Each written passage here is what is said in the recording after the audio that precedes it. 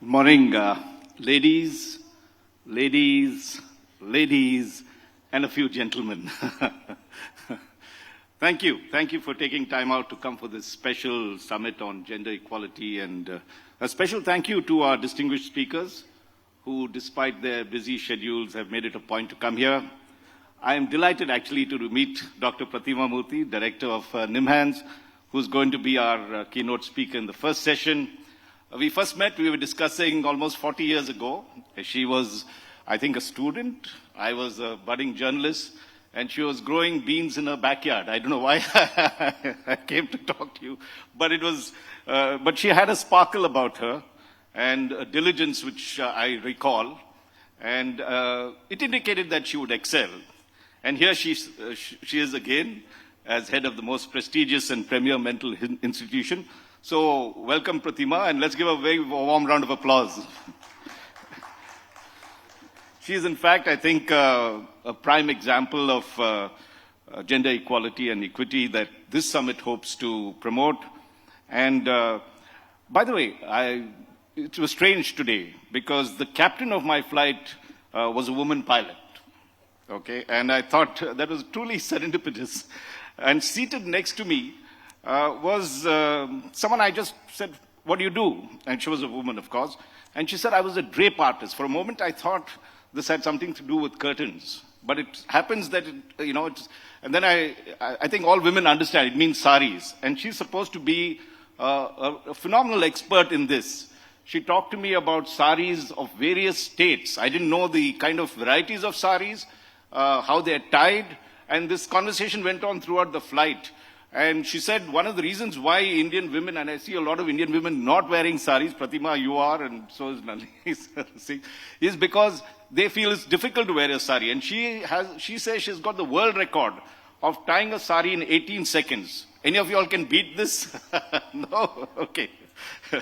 So these are two good examples of how Indian women excel in whatever they take up if they're given the opportunity. And her name is Dolly Jane, and she said that she dropped out of school because her father had a lot of trouble. And she passed only 7th standard. And she had this passion about saris and how they should be draped. And she took it up, and now she's probably the most wanted sari drapiest that I know of. So, and that's one of the reasons why India today actually is here in this summit, because we decided that particularly this is let's say, one half of the sky, as they say, that had been largely neglected in many senses in this country. But this is, I'm talking decades ago. And we brought out a special issue called the She List. This is the first time we did it in 48 years of India Today, where we said that let's bring out a sampling of 100 women who have excelled in their respective professions, who have reached the top through their dint of their hard work and talent.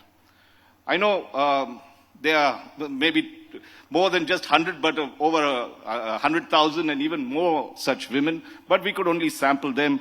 And many of them will be speaking to us today about how they did what they did.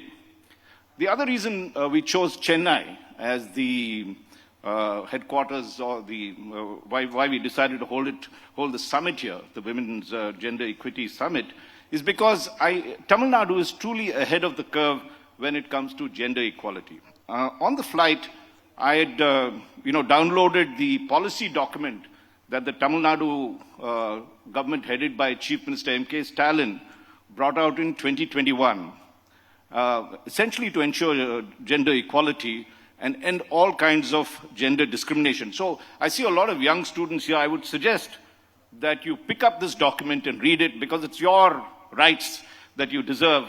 And it's one of the most progressive policies.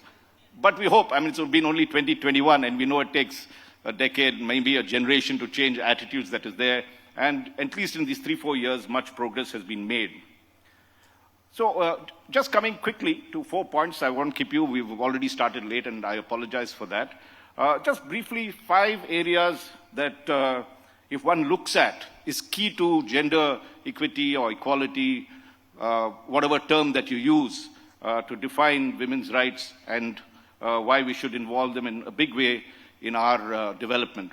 The first, of course, is workforce participation and pay parity. I mean, every one of y'all, I see a lot of students who are aspiring, and that's very key to y'all.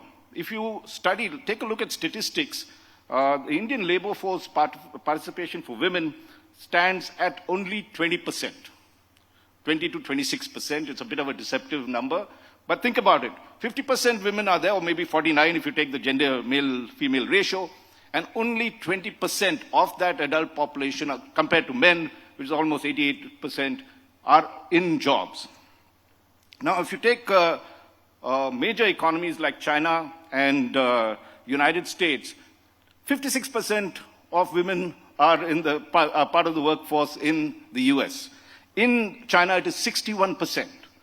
So if you look at the other discriminations, and this is something all of those who worked as well as those who are going to work will feel, that women in India earn 19% less than men on an average. This is a monster salary survey that was done recently, and this is something we need to correct. It's completely unfair. The second thing I think is that if you look at where women are working, so that's why I said the number is deceptive. A large number of them are in agriculture. And only now in the IT sector, and you are getting things. Otherwise, it's informal employment. So the percentage that I found was that 65% of women workers in India are in agriculture. And if you take that and put men, it's only 48% of men who are there. Now, why is this important? There are studies to show that if women join the workforce in large numbers, you had the kind of percentage, 56, 61% that China had, our GDP growth would be 2% more. That's enormous for a country of our size. We were hoping to reach the 5 trillion mark. If we got all the women working, we'd do it in quick time, not 2047, not 2030, or whatever target, will be much earlier than that. The second thing, and quickly, is that education and empowerment. I think that's very critical if we have to get gender parity and inclusivity. And here, again, just one statistics to illustrate the problem. 66%, the literacy rate for women Indian women is 66%, for men 82%. Why the discrimination? That we should close this education gap and also the wage gap that I talked about earlier. The third is health disparities.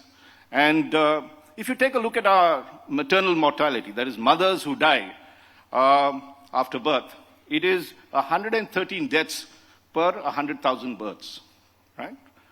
If you look at United States, that's 17. And if you look at China, it's 29. So we are 4 times more than China.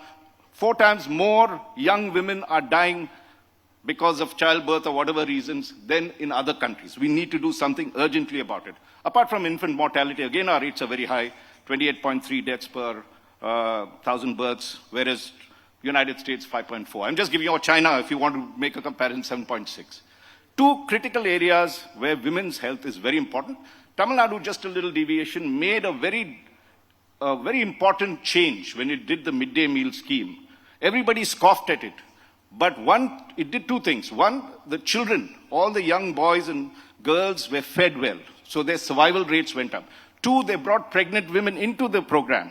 And because of that, their mortality rates began to go down. And the combined effect saw Tamil Nadu reach 0 population growth even before it got the kind of literacy that normally you associate 0 population growth. So focus on the women and you will get a revolution on this. Then quickly, and the last one, or maybe the second last one, is the 4th aspect is the legal and social rights of women. We know that gender-based violence is enormous in this country. Sexual abuse persists. One study showed that 18% of women, 18.4%, that's 1 out of 5 Indian women aged between 15 and 49 years, reported that they had been either subject to physical or sexual violence at some point of their life. And this by a current or intimate partner. So if you look, again, the issue of marriage. Around 27% of women in India were married before the age of 18. As you now know that the Uniform Civil Code has just been passed in Uttarakhand that makes it a criminal offense to be married before 18, but we still have almost 1 out of 4 Indian women married before 18. Why is that important? That we must raise it? Because if women, 2 things happen. Women can get into careers.